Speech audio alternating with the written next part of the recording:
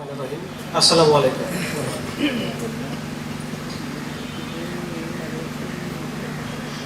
স্বাধীনতা এবং জাতীয় দিবস 2026 উদযাপনে আছে অনুষ্ঠানে উপস্থিত জাতির সূর্য সন্তান বীর মুক্তিযোদ্ধাগণ এবং মঞ্চে উপবিষ্ট প্রধান অতিথি, সভাপতি সহ অন্যান্য অতিথিবৃন্দ সকলকে আমার শুভেচ্ছা জানাচ্ছি।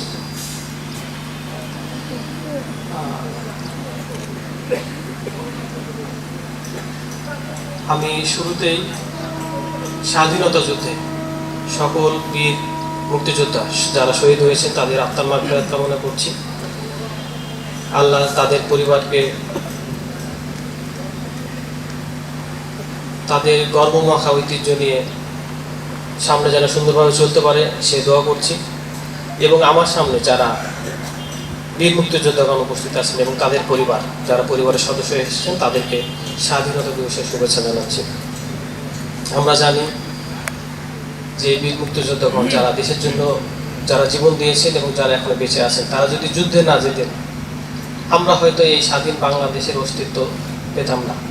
আমরা হয়তো এখানে স্বাধীনভাবে এই মঞ্চে বসে কথা বলার সুযোগ পেতাম না। শুধু একটা উদাহরণ দিয়ে বলি, আমরা বিভিন্ন সময় বিতর্কিত হতে দেখেছি। আমরা আসলে ইতিহাস থেকে শিক্ষা নেই না কিংবা ইতিহাস সংরক্ষণ করতে পারি না। আমাদের এই যুদ্ধটা যে গণমানুষের যুদ্ধ ছিল, এটা কিভাবে বুঝবো?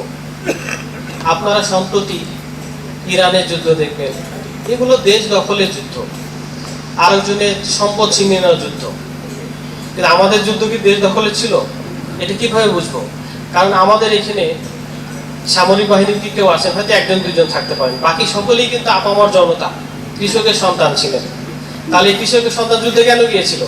নিশ্চয় দেশ দখলের জন্য না, শিক্ষার সুযোগ পাওয়ার জন্য, আমার সম্পদের অধিকার পাওয়ার জন্য। সেজন্য এটা হচ্ছে জনমানুষের যুদ্ধ ছিল, আমাদের স্বাধীনতার যুদ্ধ। এই স্বাধীনতা আমাদের রক্ষা করতে হবে। আমরা হয়তো একটা প্রজন্ম খুব শীঘ্রই সামনে শেষ হতে দেখব, তাহলে পরবর্তী প্রজন্ম আমরা কিভাবে চলব? আপনাদের এই ত্যাগ, আপনাদের এই শিক্ষাগুলো যেন আমরা আমাদের জীবনে কাজে লাগাতে পারি, এর জন্য আপনাদেরও প্রচেষ্টা থাকতে হবে। যে আমরা যদি আরেকজনকে সম্মান দেই তাহলে আমরা নিজেরাও সম্মানিত হব। আমরা যদি আরেকজনকে অসম্মানিত করি তাহলে আমরা কোনো না কোনোভাবে নিজেরা অসম্মানিত হব। তাই আমরা সকলকে সম্মানিত করব, সকলকে সম্মান দেব, আমরাও সম্মানিত হব। আপনাদের আলো নিয়ে, আপনাদের সাহস নিয়ে, আপনাদের ত্যাগ নিয়ে আমরা সামনের বাংলাদেশ গড়তে চাই। এখনো এ দেশকে দেওয়ার মতো আপনাদের অনেক কিছু আছে। ফলে নিজেদের মধ্যে সকল ধরনের বিভেদ, হিংসা ভুলে আমরা যদি এক থাকতে পারি তাহলে বাংলাদেশ এক থাকবে। আপনারাই বাংলাদেশ, আমরা সেই বাংলাদেশের স্বপ্ন দেখি।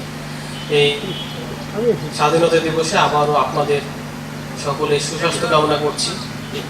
যারা শহীদ মুক্তিযোদ্ধা আছেন তাদের পরিবারের সকলের সুখ সমৃদ্ধি এবং সুস্বাস্থ্য কামনা করছি।